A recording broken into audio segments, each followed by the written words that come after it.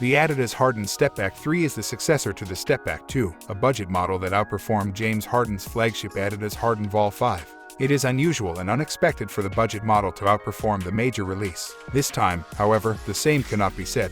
The Adidas Harden Vol 6 outperformed the Adidas Stepback 3, but that doesn't mean they're not worth considering.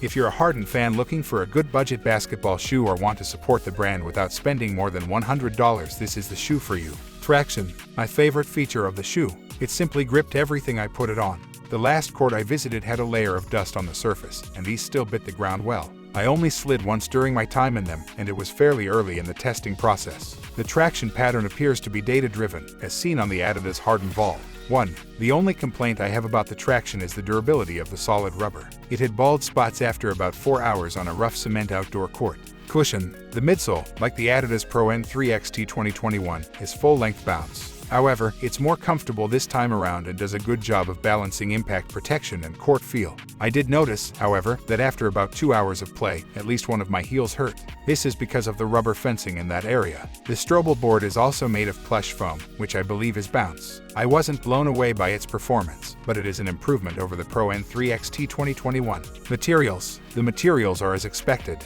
The main construction is mesh with thick padding inside, with fuse overlays on the sides and eye stay area. The tongue and pull tab have reflective hits as well. Near the top of the collar is a piece of cheap felt. The mesh on the tongue is more open-celled. They aren't spectacular, but they are at least comfortable. Fit. The shoe appears large at first glance, but this is deceptive. The shoe fits true to size with a thumb's width of space up front due to the thicker inside. Because the materials will loosen with time and wear, you can go down half a size for a more snug fit. However, heel lockdown could have been improved. Cinch the top as tightly as you can to get the best fit. Support. In this department, I had no problems. The base is sufficiently wide to compensate for the lack of an outrigger. I didn't move in the shoe once I was properly secured. You sit inside the midsole just enough to be supported laterally without being too close to the ground.